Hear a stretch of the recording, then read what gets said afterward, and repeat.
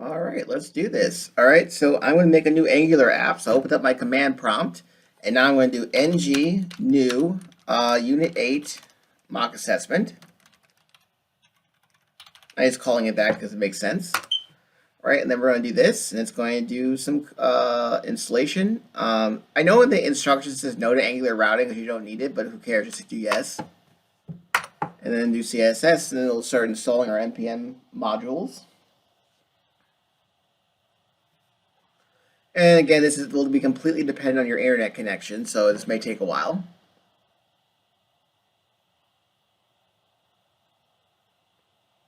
Hopefully not too long.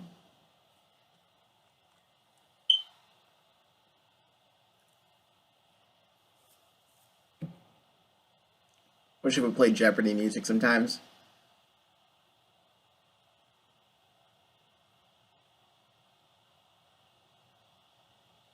Go get your NPM.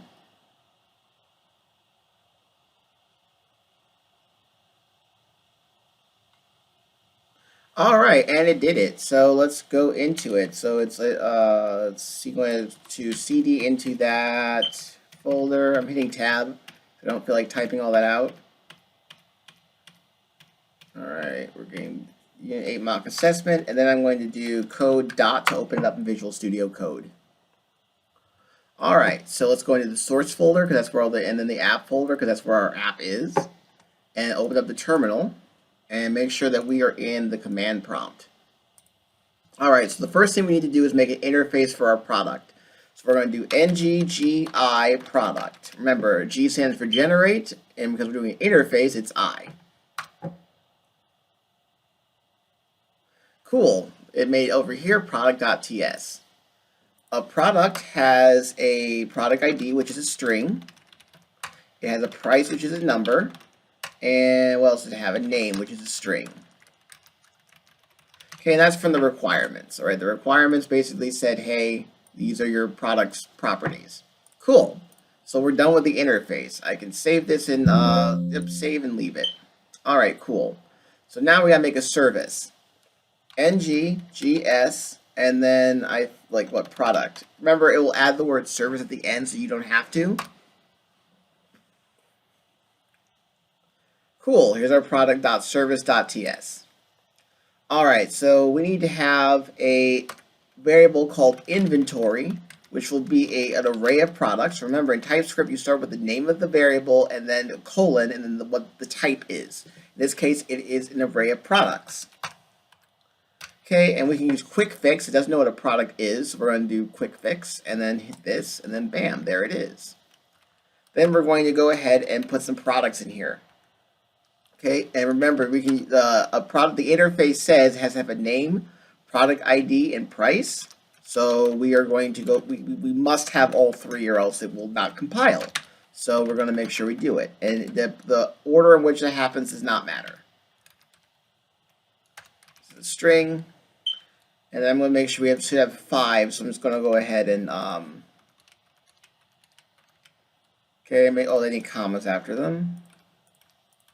Okay, cool. All right, cool. I don't feel like typing a bunch of different things. Okay, there we go. So now we've got an array of products. Remember, each product is an object, and objects are denoted by these curly braces. And because of the interface, I had to give values for all 3 properties. If I were to take one of these properties out, TypeScript will scream at me. So everything has to be nice and orderly. All right, now I need a function, get all products.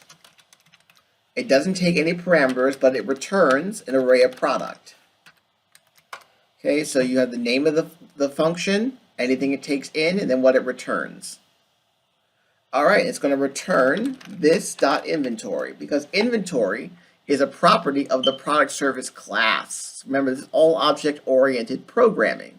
So that means that this service is itself a class, which is classes have properties. One is being inventory. So I'm just going to return the inventory from this service. I'm going to save, and I'm done with my service. I'm going to go over to make a component. NGGC for component, and then what do they want me to call it? Product menu. product hyphen menu. Bam, and it makes a folder for me and everything. So we're going to go to the TS file, and they want me to inject the service, so that's pretty easy. Go to the constructor and do private. I'm going to call it service, and it is a product service.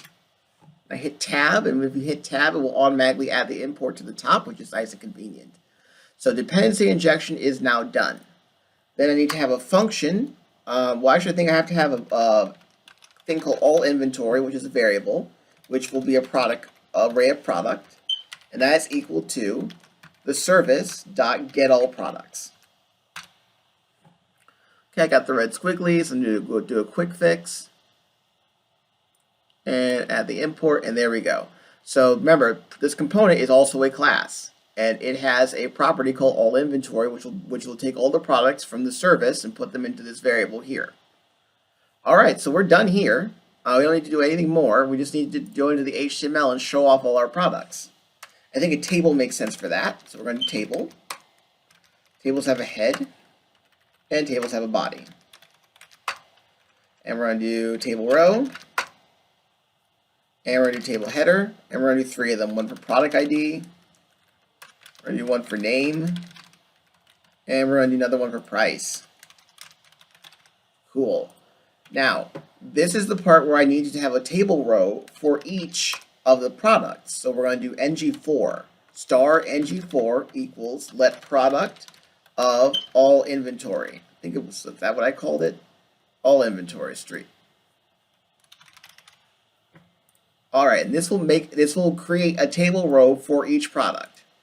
And so inside that row, I want to have table data, and we'll match up with the table header. So this will be product.product ID. And then the next one will be product.name. And then this one will be product.price.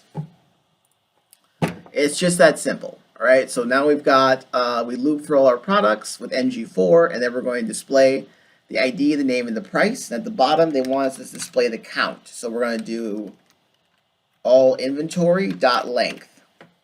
Okay, because length in JavaScript gives us the length of the array. All right, so I'm going to save everything, and I'm going to see if it works. So save all and do ng serve.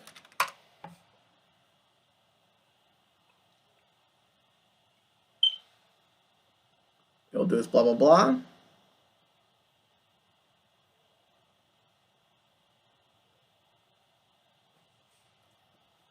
Okay, compiled successfully, localhost 4200. Let's control click and open that up.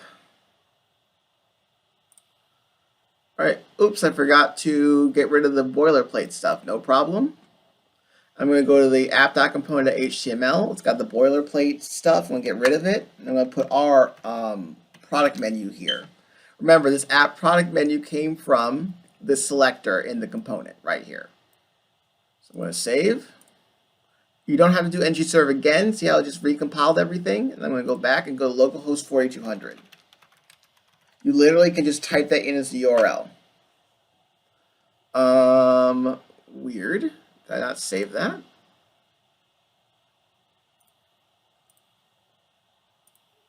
Nope, I didn't save it. That's why. There we go.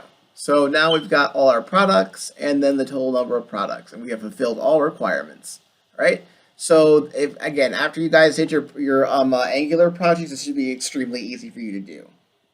Right.